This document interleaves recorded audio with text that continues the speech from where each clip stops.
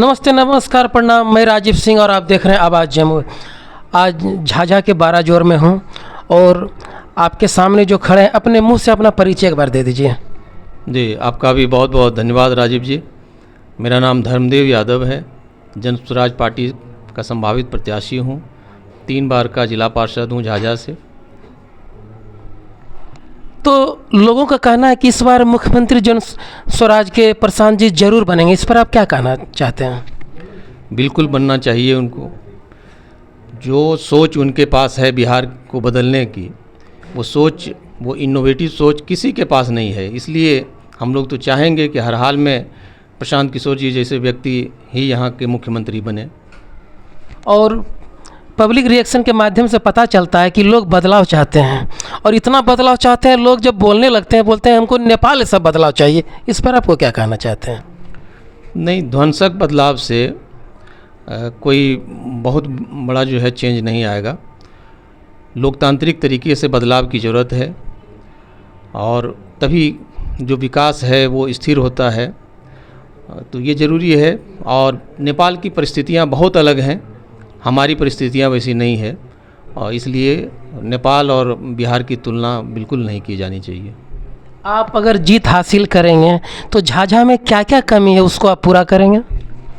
देखिए, मैं 3 बार का जिला पार्षद भी हूँ, तो मैं महसूस करता हूँ, क्योंकि मैं चाहता हूँ कि हर एक विभाग जो सरकार के पास 40-42 विभाग है वो ज़मीन पर उतर कर काम करे।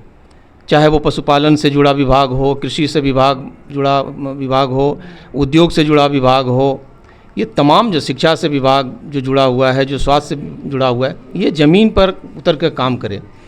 अभी हम लोग चाहते हुए भी वो नहीं करवा पा रहे हैं। जो मनमानी है, भ्रष्टाचार है सिस्टम में, ये किसी से छिपा हुआ नहीं है। पूरी शक्ति लगाने के बाद भी जितना हम चाहते हैं उतना काम नहीं हो पाता है। तो हम तो सबसे पहले जब कभी हमें ये मौका मिलेगा तो यकीनन जो सिस्टम है उसको ज़मीन पर उतार कर और लोगों के जीवन में बदलाव और खुशहाली लाने का पूरा प्रयास करेंगे। प्रशांत जी कहते हैं कि बिहार में फैक्ट्री लगना ज़रूरी है, तो झाझा में भी तो फैक्ट्री का कमी है क्या? इस पर क्या कहना चाहेंगे? बहुत सारी संभावनाएं हैं यहाँ भी।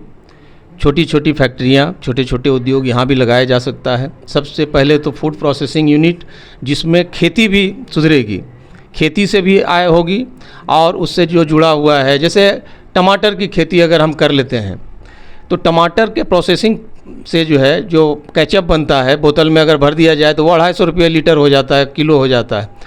वैसे टमाटर बिकता है 20 रुपये 25 रुपये किलो। इस तरह से बहुत सारा जो है प्रोसेसिंग यूनिट यहाँ लगाया जा सकता है। हमारे बहुत सारे बच्चे हैं जो अब स्किल्ड हो गए हैं, पीओपी के क्षेत्र में, लोहा के क्षेत्र में, लोहा से कुछ बना सकते हैं, या तो मोबाइल में जो है वो सिद्धहस्त हैं। तो ये तमाम जो संभावनाएं हैं उस पर काम किया जा सकता है और यहीं पे रोज़गार हम लोग दे सकते हैं। प्रशांत जी बोले कि 400 का पेंशन हम बढ़ा के 2000 कर देंगे, तो नीतीश जी तुरंत कर दिए 1100। तो क्या ऐसा कुछ और मतलब कि चर्चा होने वाला है चुनाव से पहले क्या? देखिए, ये जन स्वराज की ताकत है कि लोकतांत्रिक तरीके से लोगों की समझ जब बढ़ी, लोगों ने आपस में जब चर्चा किया कि ये सच है कि हमारे बुजुर्गों को कम से कम 2000 रुपया मिलना चाहिए, तो नीतीश जी पर दबाव बना और उन्होंने 400 से 1100 किया। लेकिन हम लोग अभी भी कह रहे हैं कि जब हमारी व्यवस्था बनेगी तो कम से कम हम 2000 रुपये बुजुर्गों को सम्मान के रूप में पेंशन हर हाल में देंगे। पब्लिक में ऐसा चर्चा है कि अगर जन स्वराज को वोट दें या भाजपा को वोट दें, बात बराबर है, क्योंकि प्रशांत जी भी मोदी जी के घर पे रहते थे। इस पे क्या कहना चाहेंगे? ये तो कहीं कोई बेतुका जो है इस तरह की सोच है। अगर मोदी जी के घर पर रहते थे तो नीतीश जी के भी घर पर रहे हैं।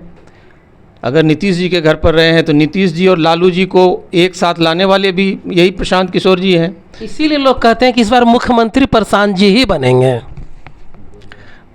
बिल्कुल, हम तो कह रहे हैं कि प्रशांत जी जैसे व्यक्ति को ही मुख्यमंत्री बनना चाहिए, जो बिहार को बदलने की सोच रखते हैं, बिहार में जो बदहाली है उसको दूर करने की सोच रखते हैं, पलायन रोकने की सोच रखते हैं, हर एक परिवार में खुशहाली कैसे पहुँचे इसकी सोच रखते हैं। और अंत में पूरे जमुई वासी को, पूरे बिहार वासी को वीडियो के माध्यम से आप क्या कहना चाहते हैं? सबसे पहले तो जो अभी लोकतंत्र का महापर्व आ रहा है, आप स्वस्थ तरीके से डिबेट करिए, जाति धर्म के दुराग्रह में मत फंसिए। कैसे बिहार बदलेगा? बिहार बदलेगा जब यहाँ पलायन रुकेगा, बिहार बदलेगा जब यहाँ उद्योग व्यापार होगा, बिहार बदलेगा जो ध्वस्त शिक्षा व्यवस्था हमारी है वो सुधरेगा।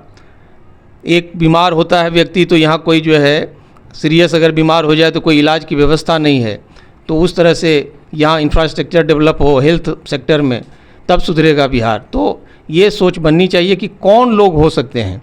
आपने तमाम लोगों को देखा है जिन्होंने जात के नाम पर सरकार बनाई, जिन्होंने धर्म के आधार पर सरकार बनाई, उन्होंने क्या किया है? सिवाय लूट के, सिवाय मनमानी के उन्होंने किया क्या है? तो जनसुराज की सोच ही बिहार के बदलने के ऊपर निर्भर करता है। हम लोग अपनी पूरी शक्ति साधन सब कुछ लगाए हुए हैं सिर्फ इसलिए कि बिहार में बदलाव आए। तो ये स्वस्थ बहस आपस में करिए, चर्चा करिए, ये ज़रूरी है। डेमोक्रेटिक यही जो है प्रोसेस है। इसी तरह से कोई भी राज्य बदला है, अगर बिहार भी थोड़ा बहुत बदला है तो इन्हीं चर्चाओं के आधार पर बदला है। तो स्वस्थ चर्चा लोग करें, ये ज़रूरी है। और जो भी वीडियो देख रहे हैं, इस बार जो वोट कीजिए अपना दिल पे हाथ रखे कीजिए। और इसी के साथ जय हिंद, जय भारत।